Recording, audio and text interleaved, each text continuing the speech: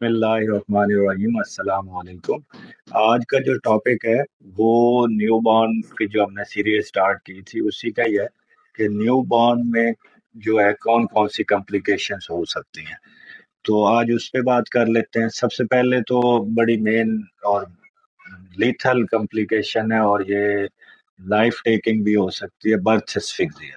Birth اسفکسیا کیا ہے کہ جب بچہ پیدا ہوتا ہے تو بچہ خود سے سانس نہ لے اور بچہ نہ روئے، تو اس کو ہم برتھ اسفکسیا کہتے ہیں۔ برتھ اسفکسیا کے بھی 3 گریڈ ہیں۔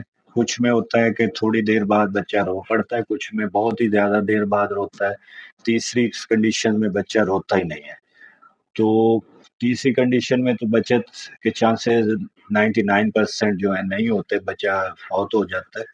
تو جو پہلی 2 کنڈیشنز ہیں اس میں بچہ سروائیو کر جائے تو پھر بھی کوئی نہ کوئی مسئلہ اس کو بن سکتا ہے، لائک اس کو کوئی نہ کوئی کمزوری رہ سکتی ہے جسم کی، بچے کو جو ہے کوئی نہ کوئی جسم کی کمزوری، ذہنی کمزوری ہو جائے گی۔ اس کے علاوہ جو ہے بچے کو جو مین ایشو ہوتا ہے، پری میچورٹی ہو سکتی ہے، ٹائم سے پہلے پیدا ہو جائے۔ اگر 37 ہفتوں سے پہلے پیدا ہو جائے تو اس کو ہم پری میچور بیبی کہتے ہیں۔ اگر تو بچہ 32 ویکس سے بھی نیچے پیدا ہو جاتا ہے تو یہ جو ہے پری میچورٹی بچے میں لائف ٹیکنگ ہو سکتی ہے، فیٹل ہوتی ہے۔ اب پری میچورٹی اٹ سیلف جو ہے کئی اور مسئلوں کو لیڈ کرتی ہے، جیسے کہ بچے میں جو ہے سانس کا مسئلہ ہوتا ہے، اس کو ہم RDS کہتے ہیں، ریسپریٹری ڈسٹریس سنڈروم، وہ کاز کر سکتی ہے۔ اس کے علاوہ جو ہے ریٹینوپیتھی، ہماری جو آنکھ ہے اس میں ریٹینا ہوتا ہے، اس کی جو ہے کمپلیکیشن کر سکتی ہے۔ اس کے علاوہ جو ہے بچے کے جو ہے ایک سانس میں چلا جاتا ہے یا سانس روک بھی سکتا ہے، اس کو ایپنی آف پری میچورٹی کہتے ہیں۔ اس کے علاوہ بچے کو جو ہے انٹراوینٹریکولر ہیمریج، برین ہیمریج ہو سکتا ہے، اور بچے کو جو ہے نیونیٹل جانڈس ہو سکتا ہے، مطلب بچے کو جو ہے پیدائش کے بعد یرکان ہو سکتا ہے، اور بچے پریمیچور ہوتا ہے۔ برتھ ویٹ اگر کم ہوگا تو ساتھ میں چانسز ہو سکتے ہیں کہ بچے کو جو شوگر ہے لیول وہ کم ہو جائے، مطلب ہائپوگلائسیمیا ہو سکتا ہے۔ اس کے علاوہ جو ہے بچوں میں جو لو برتھ ویٹ ہو سکتا ہے اور میکونیم ایسپائریشن سنڈروم ہو سکتا ہے۔ میکونیم ایسپائریشن سنڈروم کا مطلب یہ ہے کہ جب بچہ ماں کے پیٹ میں ہوتا ہے تو جو اندر فلوئڈ ہوتا ہے جو تھیلی میں، اس کو جو اس کا رپچر ہو جائے۔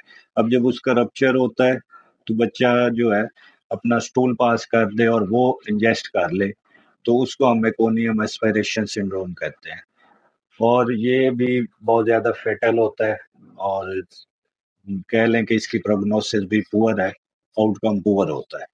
اس کے علاوہ اگر ماں کی تھیلی میں پانی کم ہو تو اس کو ہم لیگو ہائیڈرومنیاس کہتے ہیں، اور لیگو ہائیڈرومنیاس کا ایشو ہوگا تو کڈنیز کا ایشو ہو سکتا ہے۔ اسی طرح پولی ہائیڈرومنیاس ہوتا ہے، اس کا مطلب یہ ہے کہ ماں کے پیٹ میں جو تھیلی بنی ہوئی ہے اس میں پانی زیادہ ہے، تو پولی ہائیڈرومنیاس ہوگا تو وہ جو آپ کے لنگز ہیں ان کا پرابلم کر سکتا ہے، پلمونری ڈسپلیزیا وغیرہ کر سکتا ہے۔ اس کے علاوہ بچوں کو ہارٹ کے ایشوز ہو سکتے ہیں۔ ہارٹ کے ایشوز میں جو ہے پیٹنٹ ڈکٹس آرٹریوسس ہوتا ہے، ایٹریل سیپٹل ڈیفیکٹ، وینٹریکولر سیپٹل ڈیفیکٹ ہو سکتا ہے۔ اور اس کے علاوہ جو ہے بچہ اگر لارج سائز بیبی ہوگا، بچے کا ویٹ 4 کلو سے بھی زیادہ ہے، تو اس صورت میں بھی بچے میں کچھ کمپلیکیشن ہو سکتی ہیں۔ اگر تو مدر کو بلڈ پریشر، ہائپر ٹینشن، یا پھر مدر کو جو ہے شوگر تھی تو وہ بچے کو جو ہے ویٹ 4 کلو سے زیادہ اس صورت میں ہو سکتا ہے۔ اگر یہ ایشو ہوگا تو پھر بچے کی شوگر مانیٹرنگ بہت زیادہ ضروری ہے، کیونکہ بچے کی شوگر لو ہو سکتی ہے۔ اب یہ ساری کمپلیکیشنز جو ہیں میں نے آپ کو بتائی ہیں، یہ آپ کو ریمائنڈ کرنے کی ضرورت ہے۔ اب ان پہ بات کرنے کا مقصد یہ تھا کہ اگر کسی بھی بچے میں یہ ساری کمپلیکیشنز ہوتی ہیں تو اس صورت میں جو ہے آپ نے جو قریبی آپ کے ڈاکٹرز ہیں